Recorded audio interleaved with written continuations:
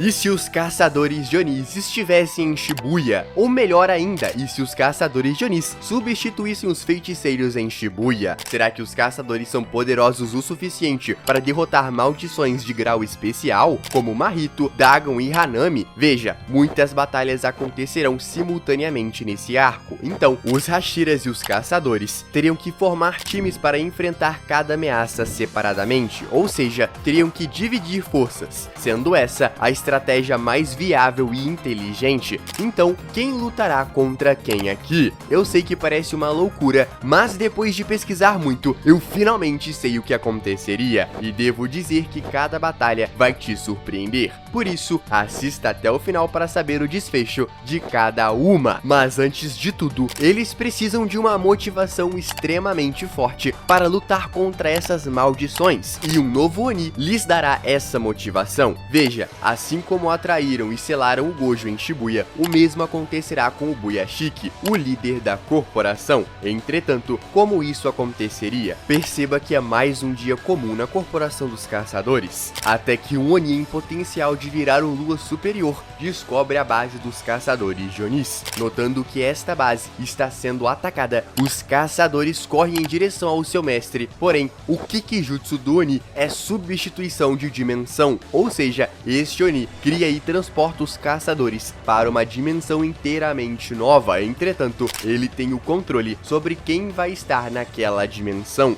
Obviamente, ele removeria os heróis que conhecemos, os feiticeiros Jujutsu. Agora, o Buyashiki está preso com o Oni, que recupera suas forças para absorvê-lo, visto que usou em demasia o seu poder. Os caçadores têm tempo até a absorção de Buyashiki acontecer. Eles percebem que criaturas novas e diferentes começam a atacá-los. Eram nada menos que almas transformadas por Mahito. E como Shibuya é um lugar extremamente grande, os caçadores adotam a estratégia de dividir e conquistar. Não posso esquecer que, antes de tudo, por serem extremamente poderosos e treinarem seus corpos e mentes em um nível diferente dos humanos comuns, eles teriam a possibilidade de receber energia amaldiçoada no mundo, podendo enxergar as maldições. No entanto, não posso dizer que todos os Hashiras aqui estariam presentes. Esse evento aconteceria após a Vila dos Ferreiros, durante o arco do treinamento Hashira, ou seja, todos estariam definitivamente mais fortes. Então, chegou a hora mais empolgante do vídeo. Finalmente as batalhas irão acontecer, mas antes de prosseguirmos para elas, pare um breve momento para deixar o seu Black Flash no like e se inscrever no canal para se juntar a esta corporação de caçadores de otakus sem cultura. Lembre-se de hypar este vídeo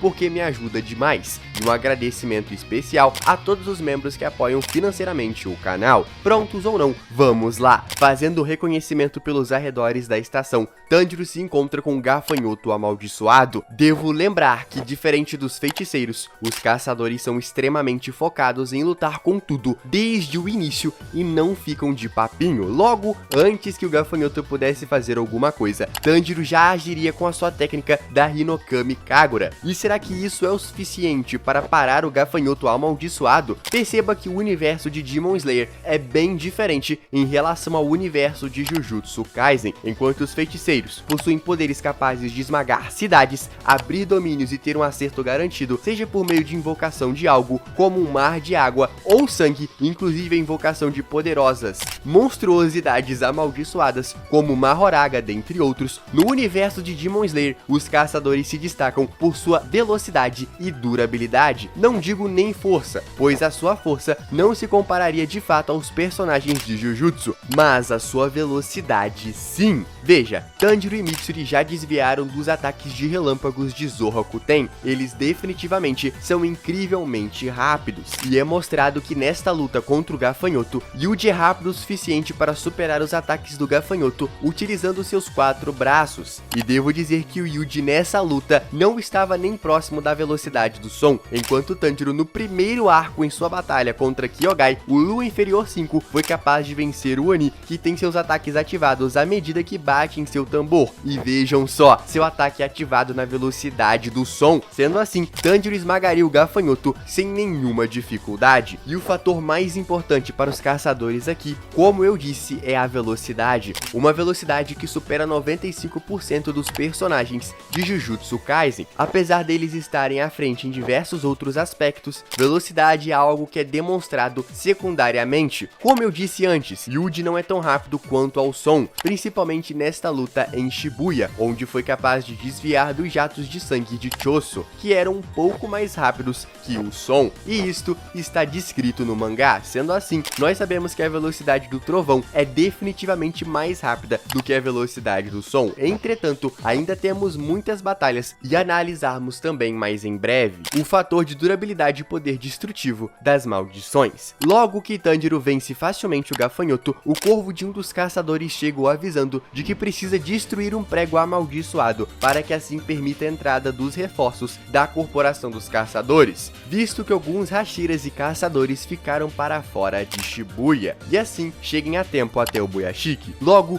o corvo avisa que Tanjiro deve se reunir com Inosuke e Zenitsu para quebrarem o último prego que está sendo vigiado por um grupo de 3 usuários de energia amaldiçoada. Ao se reunirem, eles bolam um plano para dividir o grupo. Logo, como eles irão chegar até o topo de um prédio gigantesco sem um pássaro gigante voador como fizeram em Jujutsu Kaisen graças à técnica de Megumi? Bem, é muito simples. Tanjiro sabe o princípio da respiração do trovão e já a utilizou uma vez. Logo, Zenitsu carregaria Inosuke em suas costas e os dois escalariam o prédio. Assim que Tanjiro e seus amigos emboscassem o grupo, suas lutas individuais começariam. Logo, Tanjiro e Zenitsu perseguiriam Asaka Jiro, que tentaria fugir pelas ruas abaixo, deixando que Inosuke lide com a vovó Ogami e seu neto. Nesta luta contra o Asaka, devemos levar em consideração a experiência desse baixinho e o seu baixo custo de energia amaldiçoada inversa. Essa técnica inversão de Asaka transforma ataques fortes em ataques fracos. Sendo assim, os caçadores, por atacarem com tudo, apenas estão ficando cada vez mais cansados, e isso não está resultando em nenhum efeito contra o Asaka. Por conta da velocidade dos caçadores serem infinitamente maior do que a dele, a solução é descobrirem o segredo dessa técnica, e em algum momento, essa solução iria vir de uma maneira inesperada. Acredito que não demoraria muito, visto que a inteligência de batalha de Tanjiro e Zenitsu é definitivamente grande comparada à de Inosuke. Sendo assim, quando combinassem suas mentes e seus ataques, venceriam o Asaka sem dificuldade. E quando voltamos para o Inosuke, ele não teria dificuldades em lidar com a vovó e o seu neto, visto que os usuários amaldiçoados não têm a mesma velocidade que Inosuke, e comparado aos Onis contra os quais ele já lutou, não é de surpreendê-lo, fora que os usuários amaldiçoados não foram capazes de resistir às técnicas de batalha de Ino Takuma, um feiticeiro de grau semi abaixo.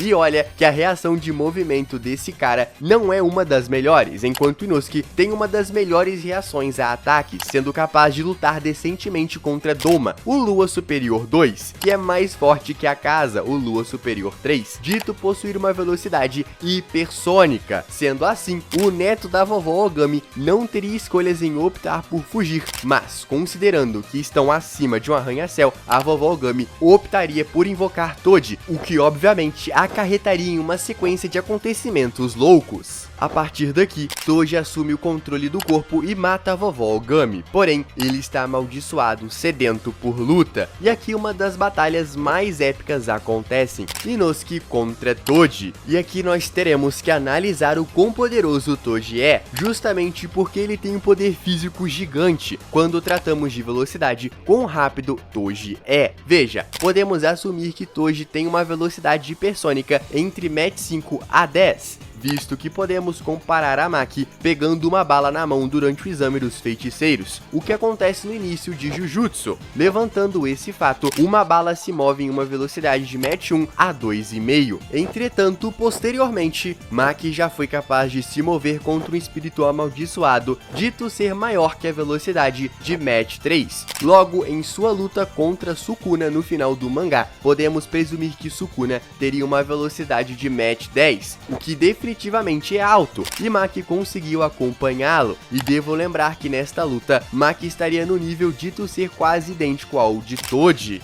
Fora o fato de que ele se movia tão rápido durante a primeira batalha contra Gojo que os seus olhos não eram capazes de ver esse monstro se movendo, o que acarretou em sua derrota. Porém, Inosuke chega perto dessa velocidade lutando contra Douma, mesmo que ele não chegue na mesma velocidade que Tanjiro, Zenitsu ou Muzan, ainda é impressionante. Entretanto, Toji é definitivamente mais forte que Inosuke, visto que ele é capaz de humilhar Dagon em seu domínio e ao mesmo tempo fazer picadinho de seus Shikigamis. Devemos lembrar que isso é absurdo, visto o nível de resistência de Dagon. Fora isso, a durabilidade do Toji é insana. Ele foi lançado contra múltiplas construções após receber o vermelho de Gojo no peito e ainda assim teve forças para levantar e continuar lutando. Sendo assim, como a batalha ocorreria? Bem, é discutível saber se Inosuke causaria danos graves contra Toji, principalmente porque ele é mais rápido, mais forte e mais resistente, além de ser mais experiente em combate, e devido à personalidade de Inosuke, ele não recuaria, o que poderia ser um problema, fazendo com que ele saia da luta com ferimentos mais graves. Porém, sem sombras de dúvidas, ele seria arremessado diretamente para Tanjiro e Zenitsu, caindo nos braços de seus amigos. E agora, o que acontecerá? Como os caçadores superarão Toji? Bem, antes de sabermos, enquanto essas batalhas aconteciam, em outro lado de Shibuya, Nezuko se separou de seu irmão devido ao ataque surpresa na corporação dos caçadores. Logo, ela tropeçaria com Haruta Shigemo, e Haruta, tendo uma mentalidade conturbada, ao ver uma garota linda andando pela cidade, aproveitaria dessa oportunidade para atacá-la, e infelizmente para Haruta, diferente da Nobara, Nezuko destruiria toda a existência desse homem. Agora que Nezuko alcançou todo o seu poder demoníaco, ela estaria em sua forma Berserk, e nesta forma, ela tem uma velocidade massiva, sendo tão rápida quanto Daki, uma lua superior, enquanto Haruta, bem, é tão lento quanto um Oni de classificação inferior,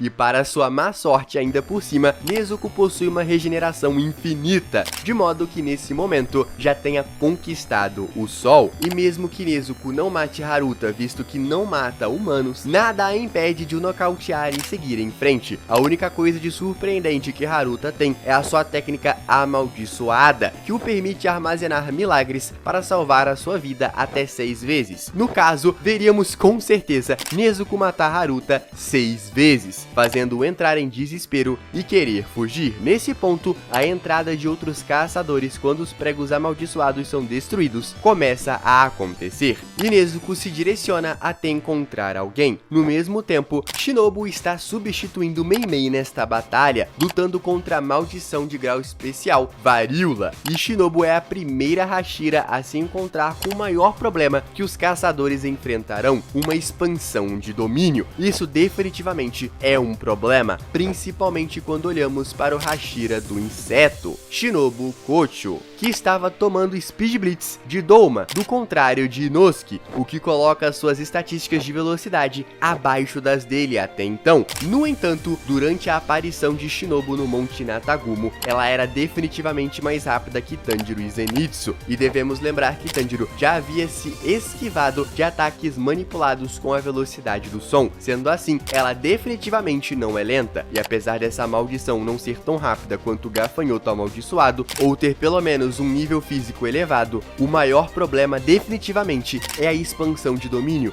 onde o acerto é garantido de uma técnica inata, e prenderá a Hashira do inseto em uma barreira impossível de escapar. Sendo assim, sua técnica sempre atingirá Shinobu, e uma das únicas formas de escapar disso seria contrapor uma expansão de domínio com outra mais forte, ou abrindo um domínio simples para conseguir se esquivar dos ataques. Essa maldição ataca Shinobu imediatamente, a prendendo em um caixão, logo jogando uma pedra gigantesca por cima dela, com a finalidade de a esmagar e lançá-la para baixo da terra. Neste momento, uma contagem de 3 segundos acontece, da forma em que se o oponente ficar até esse cronômetro zerar, Shinobu morre com uma doença fatal. No entanto, isso ocorrerá? Bem, assim como os outros Hashiras, ela não tem ciência de como uma expansão de domínio funciona. No entanto, existe um movimento para tudo isso acontecer, e na linha original, quando Mei Mei descobre isso, ela consegue derrotar a maldição de grau especial, porém, ela não consegue ser mais rápida do que a maldição. Ela necessitou da ajuda de seu irmão, que apareceu por breves segundos, onde tirou toda a atenção dela, onde conseguiu chegar até o espírito amaldiçoado e cortar as suas mãos, logo finalizando mesmo com um ataque de seu corvo. Porém, Shinobu está sozinha aqui e não tem o mesmo potencial de ataque e força que um Hashira comum. Porém, podemos presumir que se um corvo conseguiu perfurar o espírito amaldiçoado com bem sua velocidade de corvo, Shinobu poderá fazer o mesmo. Entretanto, eu definitivamente acredito que Shinobu morrerá nesta luta. Veja, a técnica inata da maldição acontece instantaneamente, e assim que a maldição afunda Shinobu no chão, existe uma pedra acima dela, e eu duvido que ela consiga escapar disso, e mesmo que ela consiga, não conseguiria encerrar a maldição,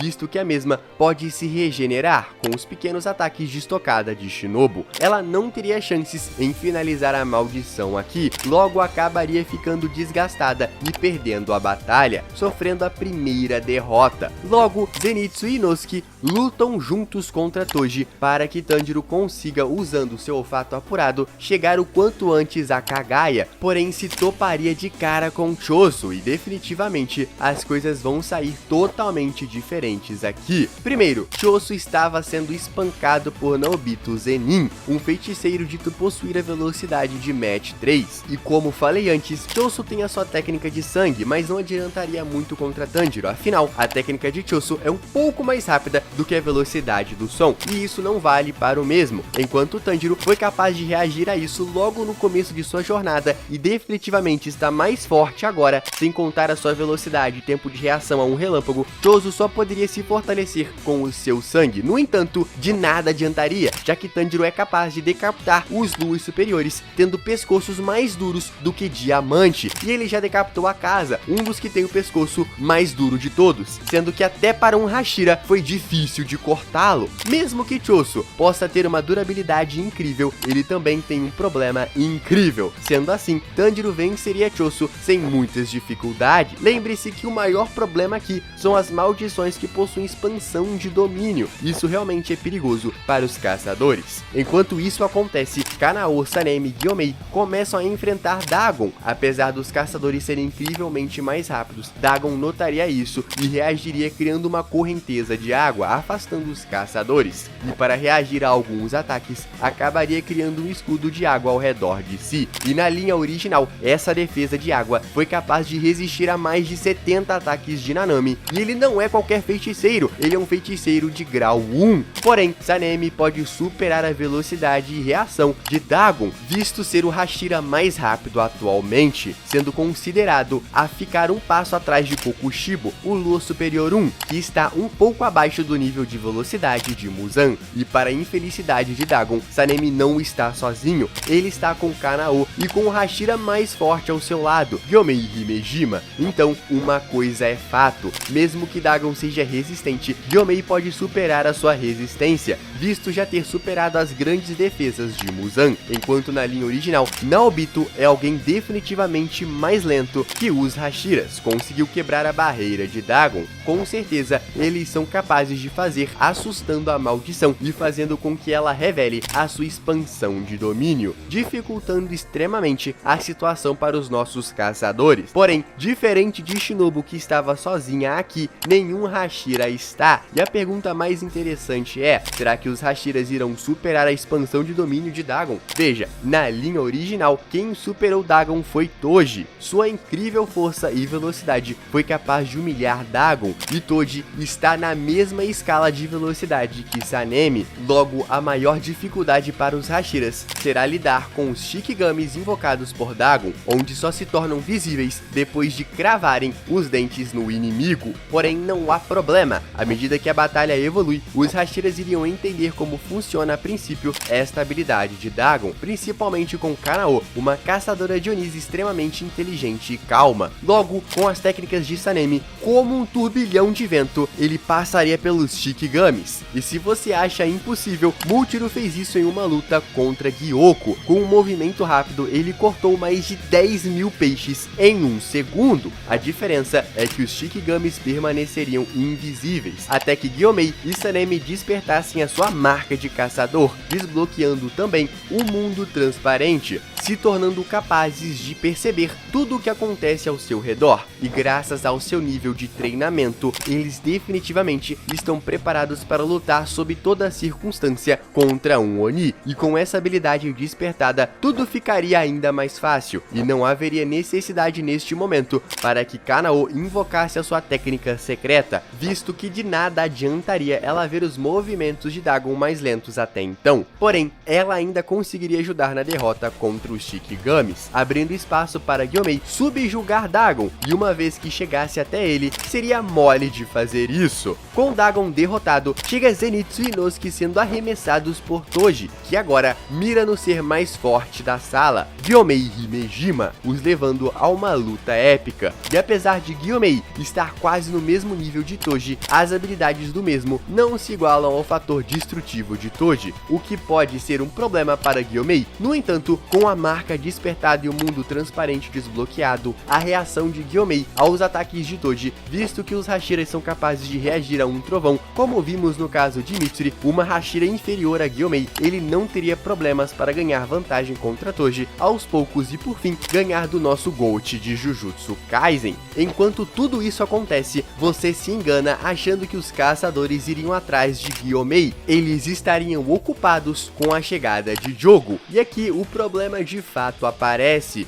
Jogo é alguém realmente mais poderoso que todos juntos nessa sala. Eu diria que ele pode ser considerado o Lua Superior 1 deste universo em termos de poder destrutivo. Ele pode destruir uma cidade inteira facilmente se ele quiser. Foi mostrado isso em sua luta contra Sukuna. No entanto, um fator que ajudarão nossos caçadores é a sua velocidade superior à de Jogo, fazendo com que eles desviem e reajam aos seus ataques de chamas. Porém, precisamos ainda lembrar que Jogo na linha original estava com a Hanami. Os dois lutaram contra o Gojo, mas e agora? Bem, os dois lutarão contra os caçadores, e isso é bem ruim, na verdade, extremamente ruim. Porém, Tanjiro chega para ajudar os nossos heróis, e sejamos sinceros, isso só melhora. Enquanto Hanami cria uma floresta ao redor do local, separando os caçadores, Jogo avança para cima de Tanjiro, o que é um problema, visto que Tanjiro definitivamente será superado por Jogo. Porém, a forma como esta luta irá se desenrolar vai te surpreender. Então, antes de vermos esta luta, teremos de ver a luta de Hanami contra Sanemi, Zenitsu, Kanao e Inosuke. Definitivamente, Kanao usaria sua técnica ocular, Higan Shugan, permitindo que ela veja o mundo em câmera lenta e se adequar aos ataques impiedosos de Hanami. Porém, a maior dificuldade seria para Hanami acompanhar os movimentos dos caçadores simultaneamente, principalmente com Zenitsu e Sanemi no campo de batalha juntos. Ambos são extremamente rápidos e Hanami teve uma grande dificuldade em lidar contra Yuji e Todo, visto que ambos estavam confundindo muito ela. Então imagine 3 caçadores extremamente mais rápidos que a Hanami. Ela seria facilmente subjugada, visto que mal consegue acompanhar Yuji, alguém com uma velocidade de reação a Match 3. Imagina Sanemi, que se iguala em velocidade com Toji. Bem, de toda forma, Sanemi cortaria todos os galhos de Hanami, triturando a maldição. Mediante a batalha de Gyomei contra Toji, Hanami contra os caçadores, tudo isso acontece da forma em que avançamos para Tanjiro, que está sofrendo nas mãos de Jogo, até que chega finalmente eles, Obanai e Mitsuri, para ajudar o jovem Kamado. Com 2 Hashiras ao lado de Tanjiro, a batalha ficará incrivelmente mais fácil, visto que o jogo terá que focar em uma destruição impiedosa para pegar os caçadores que se espalham ao seu redor. Enquanto Mitsuri e Tanjiro ativam a sua marca de caçador, Obanai tenta analisar o estilo de combate de Jogo para obter uma vantagem. A batalha pode durar por um certo tempo, porém, a maldição do desastre é tão superior que subjuga 2 prédios inteiros para cima dos caçadores, os esmagando completamente. E algo realmente interessante vai acontecer aqui. Nós sabemos que Jogo é extremamente poderoso e está em um nível bem maior que Hanami e Dagon, porém ele só tem poder diferente dos caçadores. E algo inimaginável acontece: o Oni finalmente recupera suas energias. No entanto, ele percebe que Nezuko, a garota que Muzan deseja absorver, está aqui, levando o Oni a mudar a realidade novamente. Como estão em seu domínio, ele faz o sangue dos Kamado balançar e, de alguma forma, por serem irmãos, a realidade se altera para o sangue de Tanjiro se unindo ao sangue de Nezuko, até então uma Oni. Com isso, Tanjiro cai no chão cuspindo sangue, e antes que Jogo pudesse dizer adeus, Tanjiro levanta, com suas feridas sendo regeneradas. E ao abrir seus olhos, Jogo vê que Tanjiro não é mais humano. E agora, com uma velocidade tão assustadora, ele voa em direção a Jogo, o acertando e fazendo com que ele voe, atravessando diversas construções. Simplesmente, o Rei Demônio Tanjiro está presente nesta batalha. Vamos usar um pouco de imaginação aqui, pessoal. O quão incrível isso seria? Como eu disse, eu vou substituir os feiticeiros pelos caçadores. Sendo assim, eu resolvi apimentar as coisas, substituindo Sukuna aqui. E devemos lembrar que Tanjiro é o Oni perfeito, assim como Nezuko, sendo possível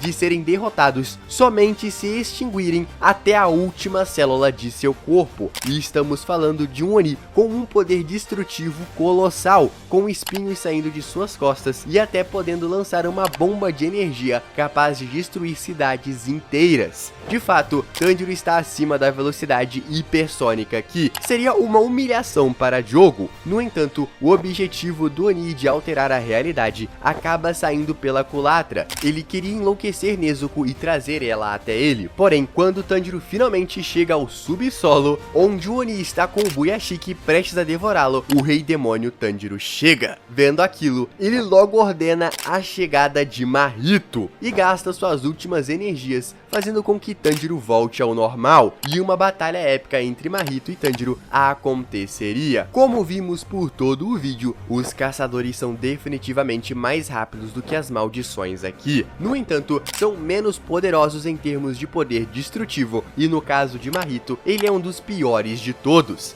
visto que sua técnica é tocar na pessoa para fazer do corpo dela o que ele bem quiser. E quando ele abre a sua expansão de domínio, isso se torna uma vantagem tão extrema que em um segundo ele pode simplesmente destruir por completo qualquer oponente. No entanto, ele imaginaria que, assim como Sukuna, o Rei Demônio Tanjiro o impediria de abrir o seu domínio. E definitivamente estamos enfrentando um baita problema, e Tanjiro não sabe disso. Porém, Mahito estava se dividindo, passeando pelas ruas de Shibuya, se topando com Nezuko. E aqui um detalhe interconectado começa, onde os irmãos enfrentam as partes de Mahito. Tanjiro percebe que a manipulação de Mahito pode ser algo extremamente perigoso, principalmente pelo que viu nas lutas de hoje em Shibuya. Ele tomaria muito cuidado, porém, sem hesitação, ultrapassaria todas as invocações de Mahito com a sua Hinokami Kagura. Logo, Mahito ficaria desesperado, optando por levar Tanjiro a um nível mais alto para se encontrar com a sua outra metade. Mas o que de fato torna esta batalha desvantajosa para Tanjiro é que ele precisará se manter a uma certa distância de Mahito, devido à sua técnica de transfiguração. Uma vez que Nezuko possa cortar um membro do corpo ao ser tocado e se regenerar instantaneamente, Tanjiro não pode fazer o mesmo. E falando nela, enquanto Tanjiro não sabe se Mitsuru e Obanai sobreviveram, ele confia que seus amigos estão bem, porém, sem a certeza de tudo e imaginando o nível de Jogo,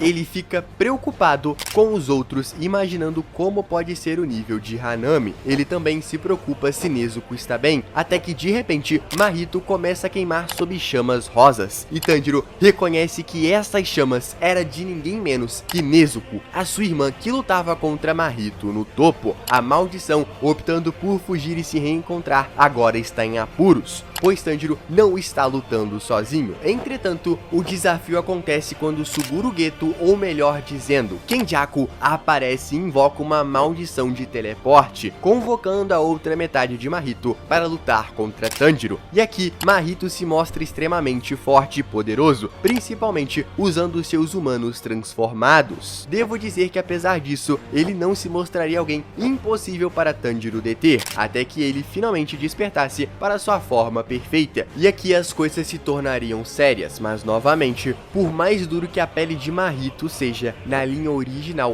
era preciso de ataques diretos na alma com um Black Flash de Itadori para ser derrotado. E devemos lembrar que o pescoço dos Onis são mais duros do que diamante e Tanjiro cortou um dos mais duros, o do Lua Superior 3, a casa. Eu não duvido que ele não conseguiria cortar o pescoço de Mahito, porém ele ainda precisaria se manter cauteloso. No entanto, quando as coisas parecem estar se tornando arrastadas para Tanjiro, chega Tomioka, o Hashira da água, que desapareceu durante todo esse arco. Tomioka passou pelo mesmo caminho que Shinobu, enfrentando a maldição da varíola, porém ele teria força o suficiente para sair do caixão debaixo da terra e quebrar o enorme pedregulho. Diferente de Shinobu, Tomioka tem a força para isso, fora que ele também teria velocidade o suficiente e poder destrutivo para primeiro cortar as mãos do Oni e depois estilhaçá-lo completamente, impedindo a sua regeneração. Tomioka faz uma grande entrada, assim como a Oi todo na linha original, e dando uma vantagem para Tanjiro. Quando Mahito finalmente pensa que o pegou, ele utiliza a segunda forma da Hinokami Kagura, arco-íris falso, desaparecendo da frente de Mahito e cortando a sua cabeça. Mahito viu apenas uma miragem de Tanjiro. Logo, os caçadores ganham a batalha e infelizmente Mitsuri, Obanai e Shinobu morreriam aqui. E antes que você possa imaginar que Kenjaku apareceria, Muchiro encerraria a batalha cortando a cabeça do Oni, que sequestrou o Buyashiki e os libertaria da sua arte demoníaca de sangue. Bem, o que você achou dessa teoria absurda? Comenta aqui embaixo e não esqueça de me fortalecer deixando o seu like, hypando este vídeo